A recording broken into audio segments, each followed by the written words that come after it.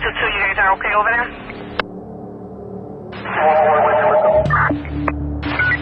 Alright, is your victim at the hospital? Someone shot there. Alright, the ET doesn't take pictures of is the domestic related? This former NBA player is accused of strangling and punching a woman in her apartment in uptown Charlotte. Anthony Morrow, who is from Charlotte and still lives here, now faces assault and kidnapping charges. Channel 9's crime reporter Hunter Sines spent the past 2 days looking into the accusations. I promise y'all, I really did not want to have to tackle this story, but in this Mitchell report, we are going to revisit the Anthony Morrow situation that's happening with him right now with the kidnapping and domestic violence charge. Is this a false allegation? Is it is what it is? We got to break this thing down. Let's get right into this Mitchell report.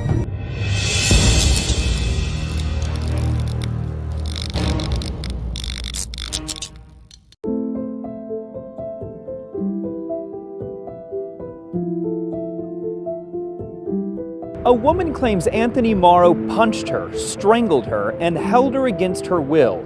Tonight, Morrow's legal team is denying all of it. Former NBA guard Anthony Morrow, who played about 9 or 10 seasons in the association, was charged and arrested in March of this year, 2023, for a February incident involving him and an alleged girlfriend. An arrest warrant was issued, I believe, by the Mecklenburg County Sheriff's Office for Morrow after he was accused of assault by strangulation, second-degree kidnapping, assault on a female, and communicating threats. The same documents allege that he strangled the victim by squeezing her neck with his hands and that the victim had scratches on the right side of her neck, a cut lip, and abrasions on her forehead. Let's first start with the definition of second-degree kidnapping so that we are clear. Definition shows that a person is guilty of kidnapping in the second degree when the person unlawfully restrains another person with any of the following purposes: to hold the victim for ransom or reward, to use the victim as a shield or hostage, to facilitate the commission of any felon or flight thereafter, to inflict physical injury upon the victim or to violate or abuse the victim sexually, to terrorize the victim or a third person, to take or entice any child less than 18 years of age from the custody of the child's parent, guardian, or lawful custody, and the actor voluntarily releases the victim alive, unharmed, and in a safe place prior to trial. Kidnapping in the second degree is a Class C felony. Now, if I'm not mistaken, just 2 days after his arrest on February the 10th of this year, Anthony Morrow was released on a $15,000 bail, and I'm assuming just awaiting trial. Now, Anthony Morrow's attorney had issued a statement to WSOC-TV, noting that Morrow denies these allegations totally and has faith in the justice system and has every confidence that a review of the evidence will reveal that he is not guilty.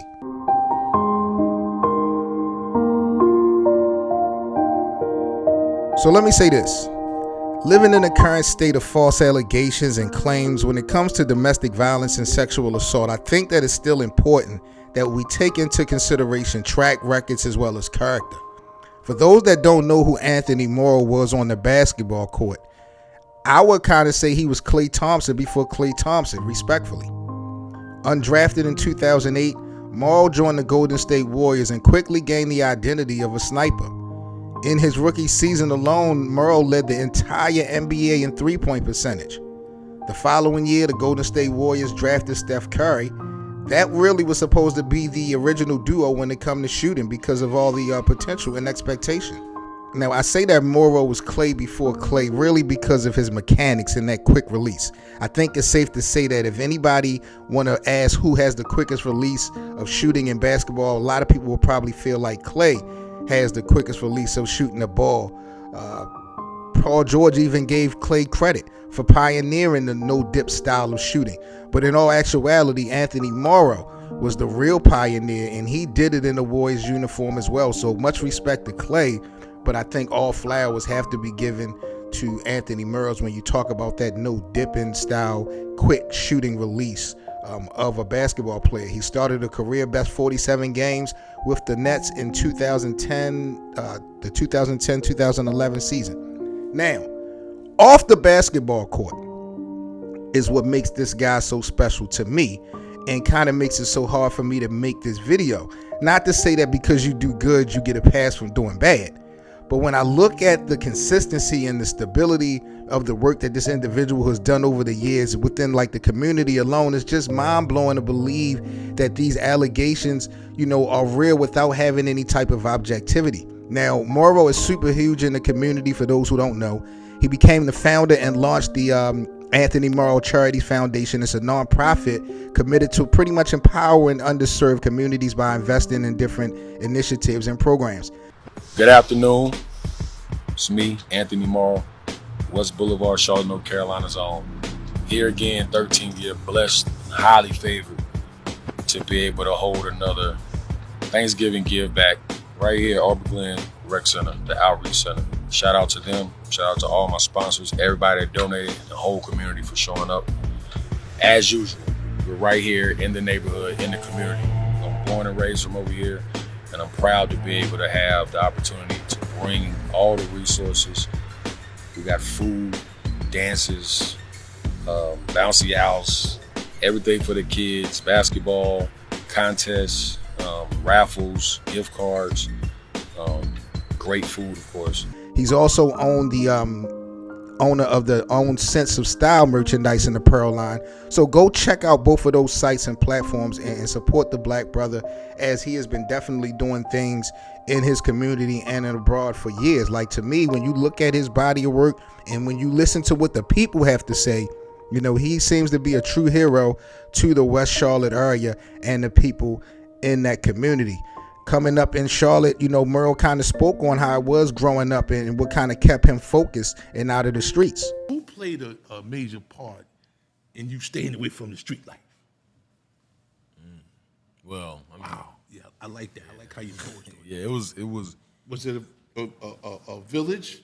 Yeah, it was that. But I mean, number one, my mom, There you Angela go. Morrow, I'll tell you that. But other than that, who taught me how to shoot a basketball? My cousin, Rontrice Morrow. Bam Bam. Named Bam Bam. And of course, like at the time I had my grandmothers, they wasn't playing about me. So between like my mom, my grandmothers, and Bam, they wasn't gonna let that happen. You know what I'm saying? We all on the Morrow side. We all Morrows. We all on the Morrow side. Anthony Morrow even kept it active after NBA retirement, being part of Ice Cube's Big Three basketball league at one point, I believe. So again, I really want to stipulate, not to say that just because he's done things for his community and just because he's been doing good things overall, that he should get a pass on any violations. That's just not what I'm saying. But because we've seen so many claims and false allegations and claims, I feel like we definitely have to always consider, at least a little bit, the accused, the person's character, their resume, their history, and put it all into play.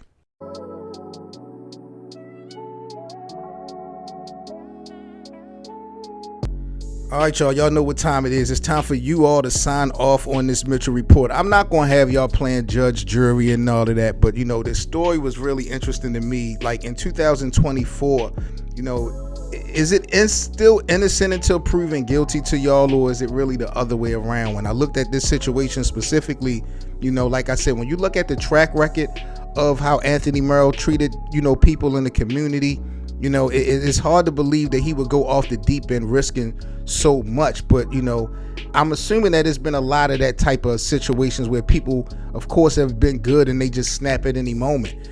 But, it's interesting to me. I was trying to do a little bit more homework and research and find any updates on what had happened, because no one has really talked about this story since it went down in February when he had originally got arrested in March, I think. So it's just kind of interesting to me that, nobody is talking about this situation, good or bad.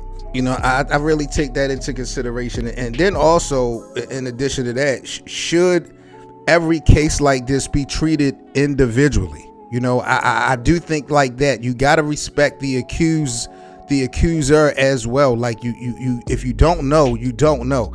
And I do feel like you should be kind of treating every situation individually, despite if it's being a trend in social media, or if you see a lot of people coming out accusing celebrities or whatever. I still feel like you shouldn't bunch everything together But, they do say where there's smoke, there's fire. So I wonder from y'all, do y'all feel like when we talk about these allegations of domestic violence, sexual assault, things of that nature, should they all be treated as individual cases, or should we now start to bunch and group things in because we're starting to see it like every day or week by week, a new allegation or a new case coming out? And really, at the end of the day, to sum this thing up, when an accuser is determined to be a liar or just doing false allegations, not to disrespect this young woman at all, but let's say she was lying on Anthony Morrow, what should be the repercussions? What should be the consequences generally overall? We had this situation where with Johnny Depp, where a girl had tried to, I think it was his wife or something, try to defame his character, and she got caught up lying. But a lot of times we don't see the penalties or consequences for the people who making these allegations and stuff. So if this thing kind of comes out in trial that he didn't do anything wrong, or if he was found now guilty, what should be the penalty for the accuser? How are we going to move forward if they are just being able to throw charges and accusations and allegations on people without actually having any marital credibility in this situation? And that's really why I really had to do this story so much on the Mitchell Report. I really hate to bring up negative stuff when we talk about our up and coming or just black personalities period in sports. You make your bed, you have to lie in it. It ain't like I made the story up, but he's doing so much for his community. I don't want to backtrack anything of that nature. Much respect to Anthony Morrow, but I thought it was important for me to highlight this situation because I'm wondering now, going into 2024, are people innocent until proven guilty anymore? Or is it always the other way around when we talk about domestic violence and all these allegations that we're seeing? And again, what should be the penalty if it comes out that dude never did anything wrong? How are we going to carry that? How are y'all going to judge this situation? This is the Mitchell Report. I'm Seven Mitchell, man. I hope you guys enjoyed today's story. Like, comment, and subscribe. Let me know what y'all think of this Anthony Morrow story. And if you guys have been familiar with Anthony Morrow from Georgia Tech to the NBA, what was your favorite moments of him on the basketball court? And how do y'all think this will actually play out, man? Like, comment, and subscribe to the channel. Once again, I'm Seven Mitchell with the Mitchell Report. Become a member of the channel so you can check out the entire catalog of the Mitchell Report series. We got about 100 videos in the chamber, so we are locked and loaded and ready to go, man. Happy New Year to each and every one of you guys. Thank y'all for the support over the last 12 months, and I'm definitely expecting 2024 to be even bigger for myself, for you, and the Mitchell Report. So let's get to it. Subscribe to the channel if you're new, become a member, and we about to lock in. Happy New Year, guys. I'm out. Peace.